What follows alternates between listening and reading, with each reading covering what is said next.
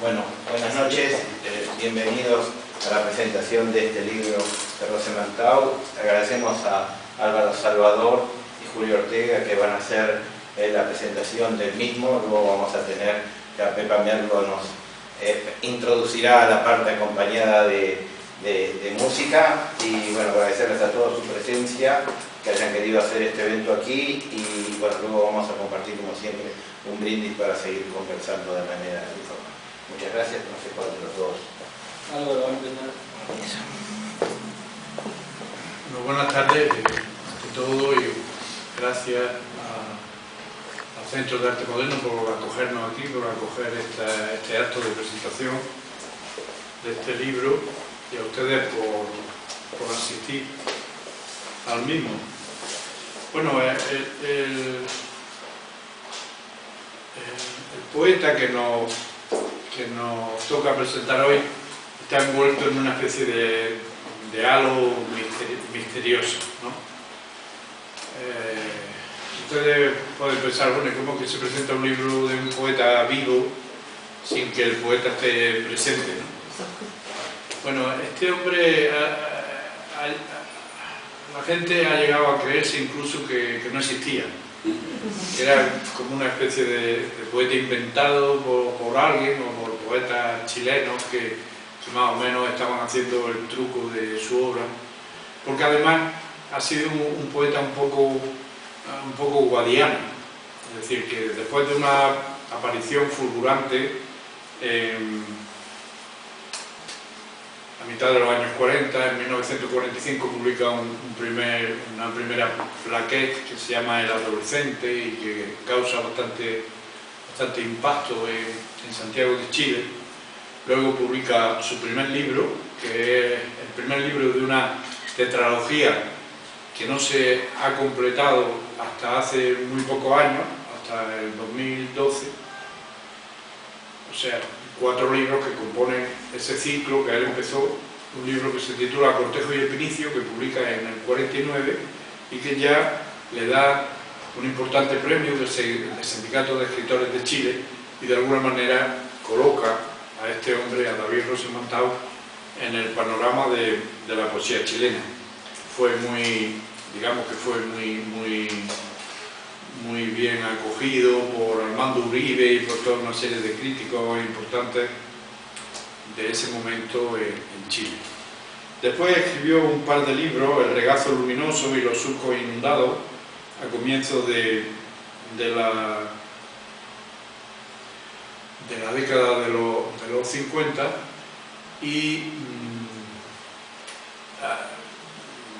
se puede decir que entonces comienza uno de sus primeros silencios, de esas lagunas en las que desaparece, hasta que al cabo de los años, después incluso de la dictadura chilena, él se exilia con la familia, con todo el problema del Frente Popular de Allende y después del golpe de Estado y tal, y aparece en Buenos Aires a principios de los 70, en donde otra vez publica otra serie de libros titulados Los Despojos del Sol, en dos bloques. Un primer bloque titulado Ananda Primera y un segundo Ananda Segunda, en el 76 y en el 78. Y después en 1977 publicar otro libro, El Cielo en la Fuente, otra vez otro periodo de silencio hasta principios del siglo XXI. En el año 2000, la editorial LAM de Chile, que es una de las más importantes, pues empieza a reeditar estos libros antiguos de él y a publicar nuevos libros que estaba escribiendo o que tenía inéditos. Hay una leyenda muy bonita que se cuenta de él, porque no se sabe bien por qué se producen estas lagunas en su trayectoria. Hay una leyenda que cuenta que durante mucho tiempo él tuvo que dedicarse a cuidar a sus padres, sus dos padres ancianos y enfermos, y tenía que además sacarlos adelante económicamente, y entonces daba muchas clases particulares y el tiempo que le quedaba era para cuidarlos.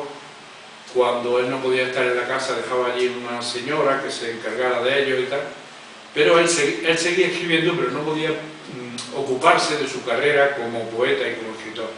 Entonces escribía los poemas y iba dejándolos en un montón en la mesa de despacho, y además iba dejándolos no por donde estaba el texto, sino boca abajo, iba dejando los poemas para más adelante, cuando él tuviera tiempo, poder dedicarse a ordenarlos, a corregirlos y a convertirlos en libros. Bueno, pues pasaron los años, por fin se vio más libre, con más tiempo, porque uno de los padres ya falleció y él estaba... Y de pronto un día dijo, pues voy a trabajar en esto. Y tenía ya así como 500 folios, ya da la vuelta a los folios y todos los folios están en blanco. Y se dice que la criada, que estaba celosa de él o quería aprovecharse, en fin, no se sabe bien cómo fue esa historia, porque al parecer fue una historia muy desagradable, pues le había ido quitando los poemas y dejando las páginas en blanco.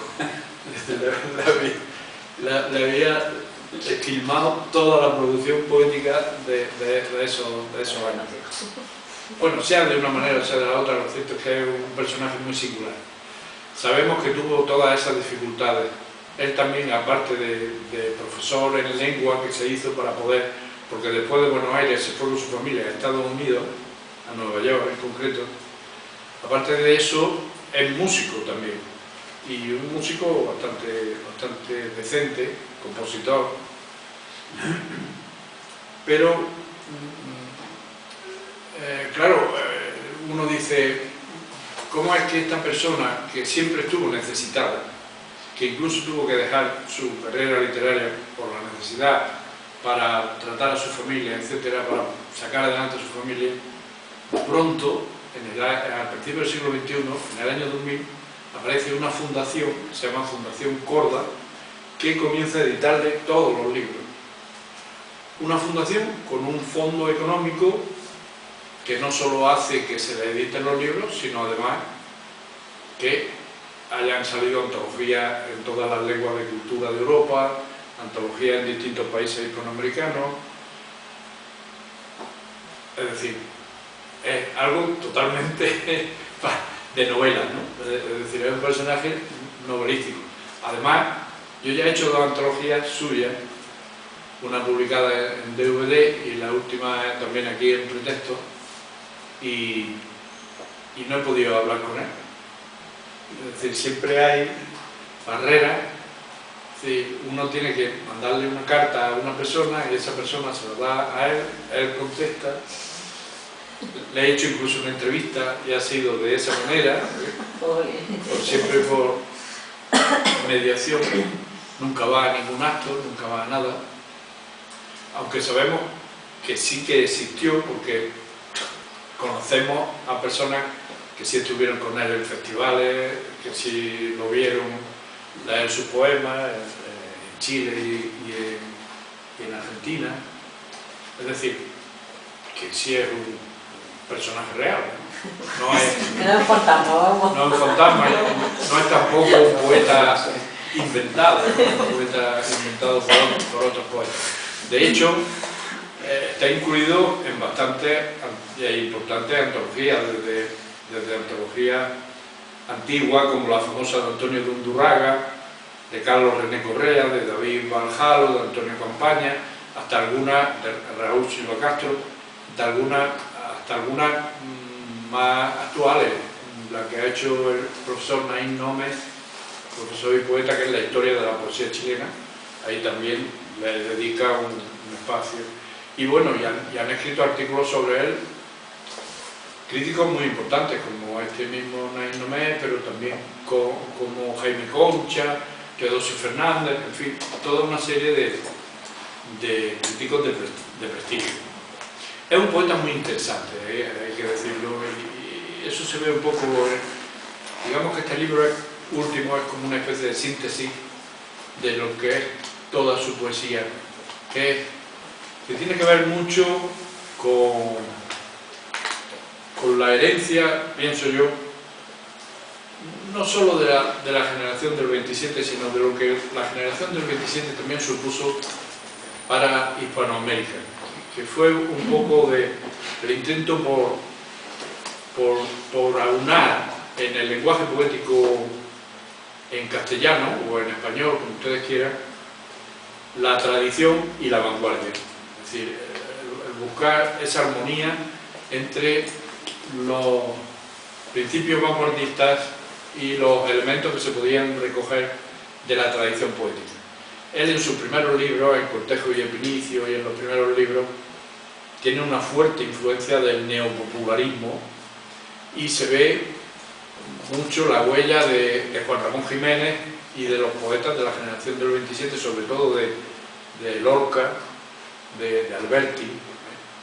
Pero luego también podemos ver grandes influencias, por ejemplo, de Vicente Huidobro, más tarde de los poetas conversacionales de los años 50. Es decir, tiene algunos libros en los que utiliza mucho ese recurso muy parecido a la poesía de Nicanor Parra, que es un recurso conversacional, pero donde entra también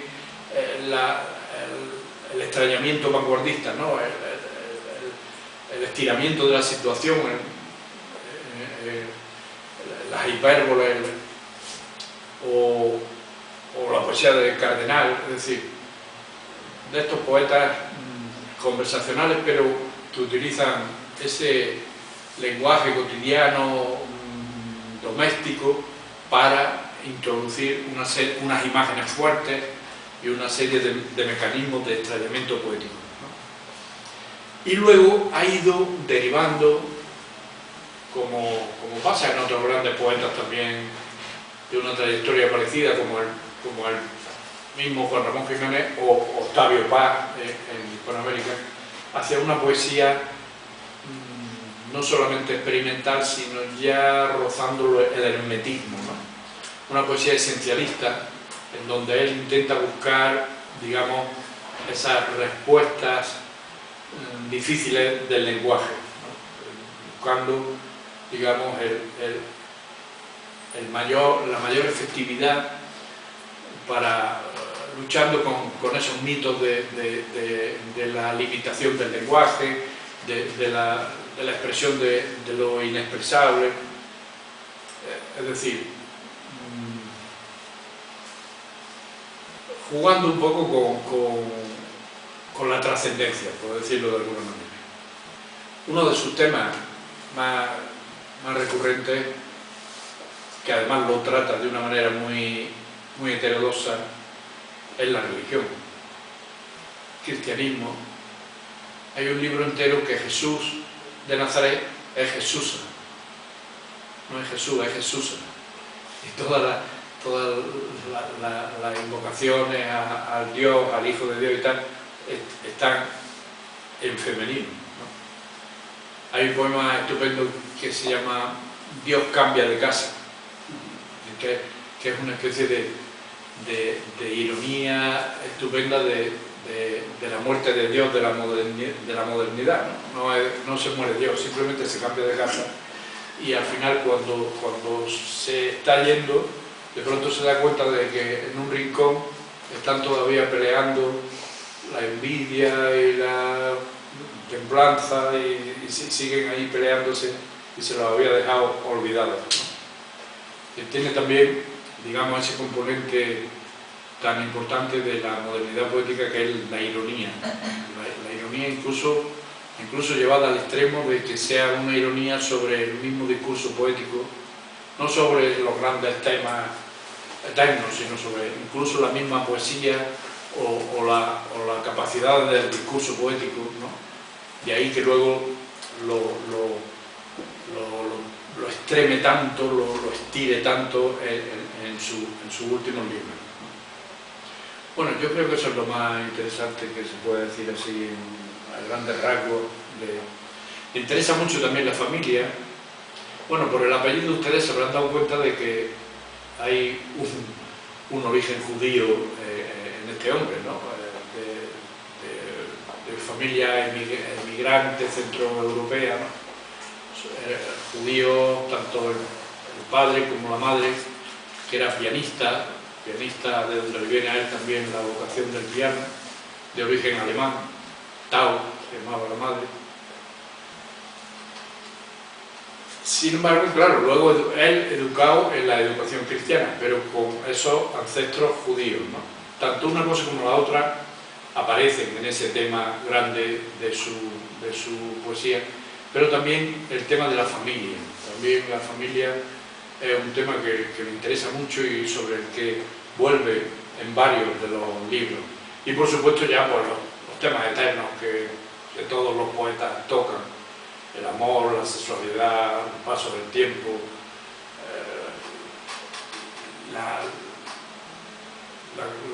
la agonía de lo perecedero, de la vejez, etc. Todos esos temas eternos que podemos decir están también en el poeta. Bueno, yo creo que ya eso es suficiente como introducción. Podemos hablar ahora con Julio de este libro más en concreto, de este último libro. Bueno, en realidad este libro me desconcertó muchísimo. Claro, Me costó mucho trabajo. Yo creo que será mejor escucharlo como música. Yo también diré algo sobre algunos poemas que leí. de los anteriores, ¿no? Sí, me llamó la atención estos dos libros, uno que se llama O, la segunda O con acento, Este es su penúltimo libro, ¿no? Sí. El anterior a este. O sea que hay tres O's ahí, ¿no? Y me llamó la atención porque esta O, la O es desiderativa, ¿no? O esto o lo otro, o esto o lo otro, no es ilativa, ¿no? Pero divide y obliga a elegir entre una u otra cosa. Pero la segunda O con acento, eso, ¿no? Con una admiración del acto de elegir entre dos cosas distintas. Coma o. O sea, o, coma o. O sea, que elegir entre dos O's sería, ¿no? Muy curioso, ¿no? La O además es un vacío, claro, o sea, infinita. Y es un juego irónico sobre el poema, el acto del poema. Y el otro libro me gustó mucho el título también, Me incitó el espejo. O sea que estos poemas derivan de la curiosidad de verse uno en el espejo, que es una inspiración o una fuerza que obliga a escribir sobre lo que uno ve en el espejo. Es interesante, ¿no? Porque el espejo, claro, es fantasmático. Uno ve lo que puede, lo que cree, ¿no? Y cambia. Y es mentira. Y es mentira. y luego me interesó lo que tú has mencionado también, la conciencia de lo precario, que siempre está, ¿no? De paso o de centro o de frente. Y lo precario, claro, me hace pensar en un texto de Freud que se llama sobre lo transitorio, on transient, que dice Freud, como es sobre lo transitorio, es el texto más breve que escribió, tiene 2 páginas, ¿no? Y dice él que se encontró con unos poetas jóvenes antes de la Primera Guerra Mundial, y que los poetas estaban muy deprimidos, porque decían la vida no vale la pena, ahora nos vamos a matar entre todos, la muerte se pasea por Europa, esas cosas que la gente decía en la época. Y entonces Freud les dijo, pero en realidad, justamente porque la vida es breve, es más preciosa. Si fuera eterna sería aburrida, pero como es brevísima, es más admirable y hay que prestarle más atención y dedicación. Y hace un discurso maravilloso sobre la fugacidad de la vida como la definición de lo vivo, ¿no?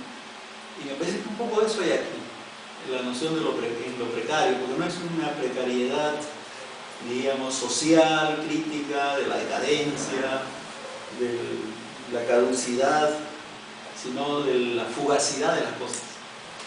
Entonces, leyendo algunos textos, me pareció que podía, por ejemplo, dice, la brevedad también suya es extraordinariamente concisa y es como atrapar lo que huye, ¿no? Dice, las fieras en la selva como en mí los poemas. Es sensacional, ¿no? O sea, en la selva hay fieras, como en mí hay poemas, pero está como suelto y desasido. Como salvaje, ¿no? Sí, como primario, ¿no? Después dice, de cuánto de mí nace, destruyéndose pido una viga que enlace la misión al sentido. De cuánto de mí nace, destruyéndose, pido una viga que enlace la misión al sentido. Está muy claro también, ¿no? Una precariedad de las cosas que requieren una articulación. Una estrofa, una frase, una piltrafa, un ruido. Claro. ¿Verdad? Es extraordinario, es muy agudo, ¿no? Luego otro poema. La brevedad también es interesantísima. Te alabo, te repudio. No discutes, no buscas, no creces, te derrumbas. Honor a ti, montón en orden, muro. Es fascinante porque es curioso en la historia filosófica, literaria, lo precario está relacionado con los muros, porque los muros se supone que son un acto de violencia. Hoy día se estudian mucho los muros como violencia extrema, ¿no? Que desde el muro de Berlín hasta el muro de Trump. Pero la poesía está llena de muros, ¿no? Pensemos en San Juan de la Cruz cuando dice: fui buscando mis amores, algo así, y crucé los fuertes y las fronteras.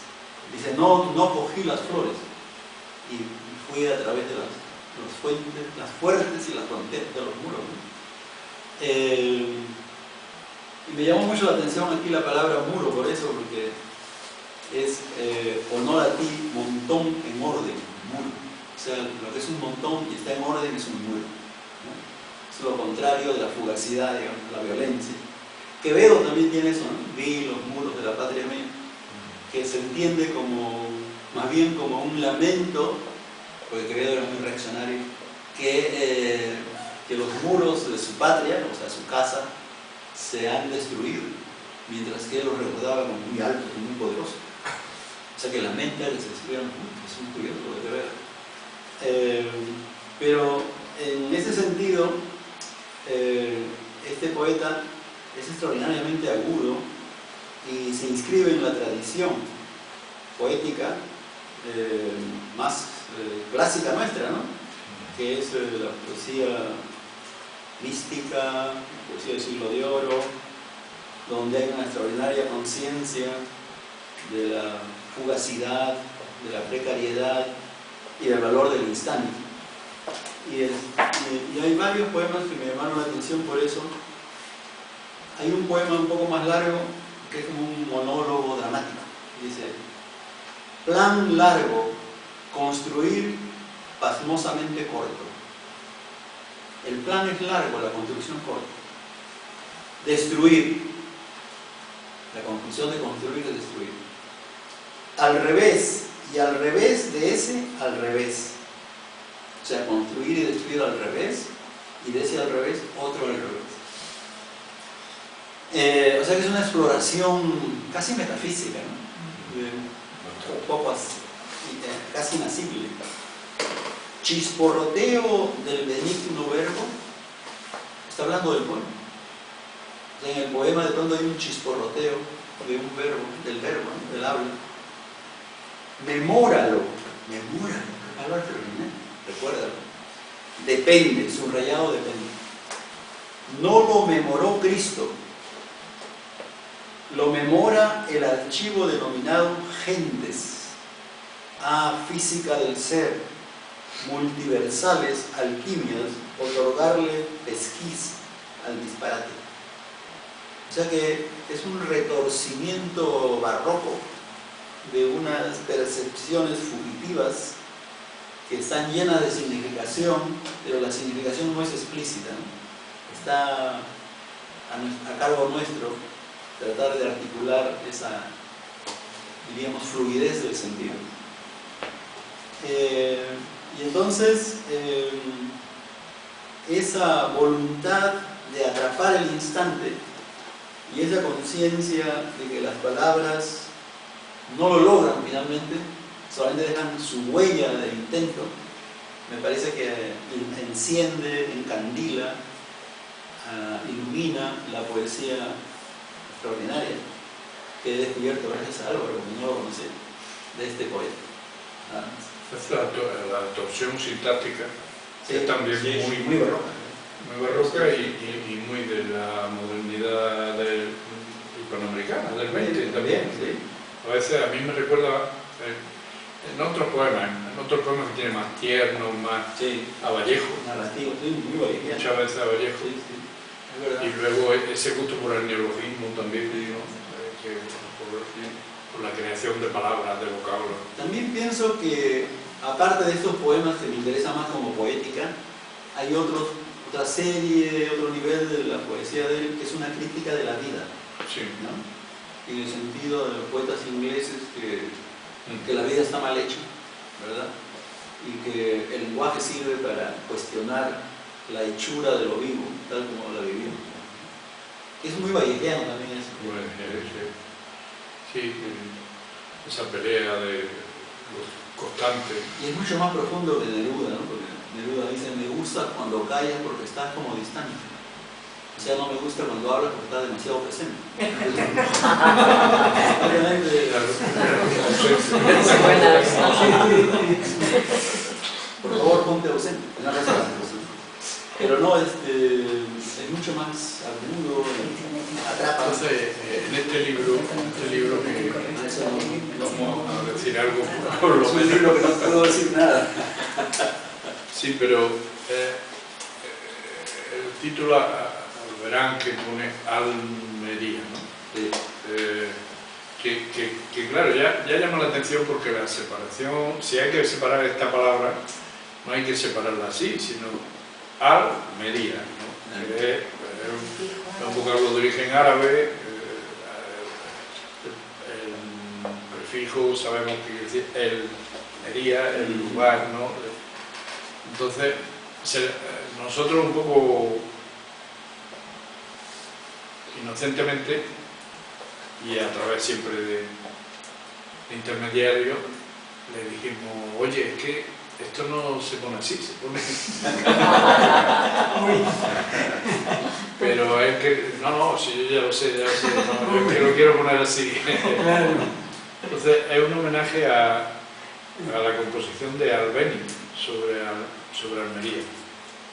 Y de hecho trae un CD en el que viene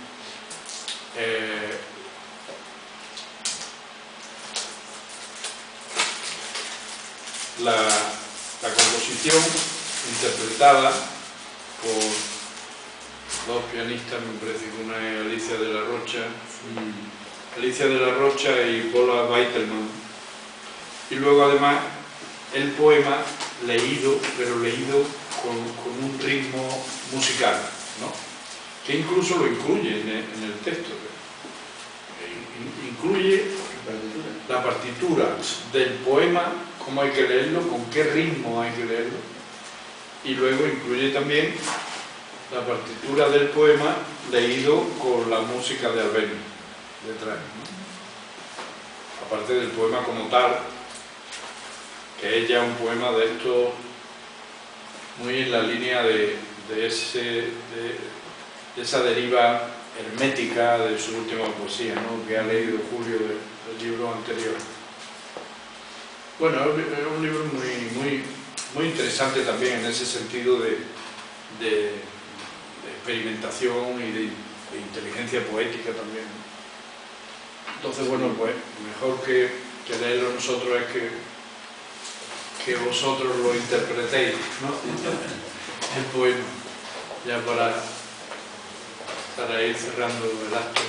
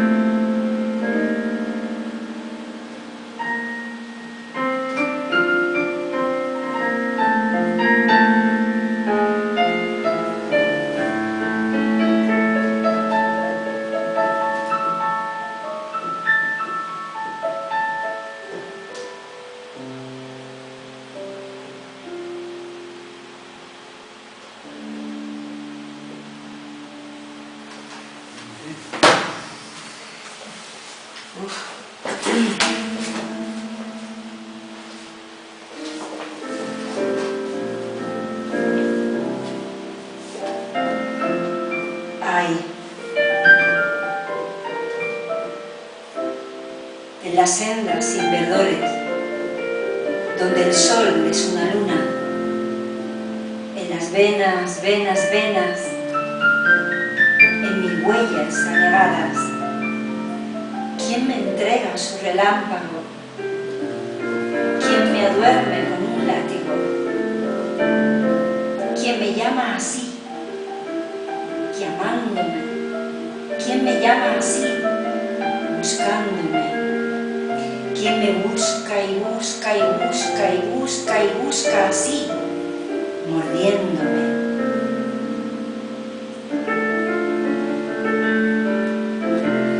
En la senda gira un sueño raíz, y en el sueño un árbol gira hacia mí, una sombra tan tranquila, sus espinas qué suavísimas. ¿Eres nave tú llamándome? Sombra mía deseándome, oleaje que me alumbra, centellantes remos párpados. Siento el árbol de los árboles, cerco estéril aguardándome, más fecundo que los dioses, sus espinas aguardándome. En el vientre de la noche está el sol, en el vientre de la noche está el sol, el deseo del deseo, el deseo del deseo. Yo te espero aquí, en tu casa, con un lecho desplegado en una jarra azul oscura, vasto frescor de tu páramo. Cógeme, pronto ya cógeme, cógeme, gózame, gózame, bébeme, vacíame, y no temas ese límite cruzo, porque debes traspasarlo sin mí, traspasarlo sin mí, traspasarlo, devorarlo sin mí, recordando que eres mío, totalmente mío, siempre. Bébeme más. Te aseguro, amado polvo, devolverte la dulzura.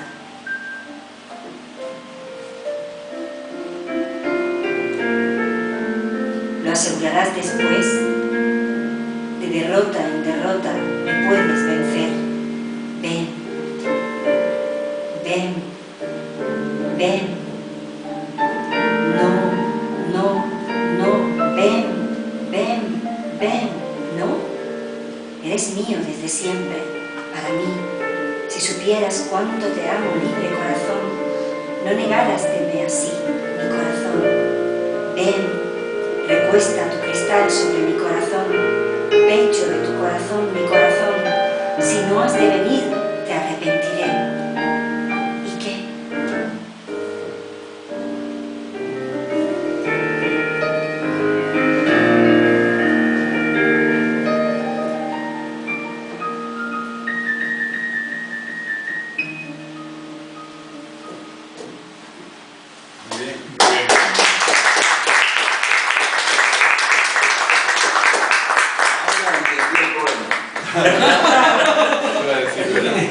Es muy difícil leer. Pero te llega.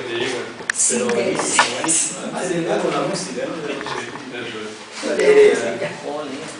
Bueno, gracias. Muchas gracias. Bueno, si quieren preguntar algo, Bueno, sí. alguna curiosidad respecto al poeta, Luego si preguntas. lo que podamos contestar, contestaremos. Pero que... O sea que es casi de la edad de Nicanor. Nicanor ha cumplido 104 años o 103 años. 103. No, 103. Un poco más joven, ¿no? ¿Qué tal que da? Es un poco más joven. Este hombre nace Sí, 97 tiene esto. en el 27, nació. Ah, como 90. 90. como 90, podrían tener ah, un padre, sí. Nació en el 27. Sí, pero suelen ser longeos, todos estos poetas. Sí. Tremendo. Y sigue escribiendo, vamos, que cada año saca un libro. Tremendo.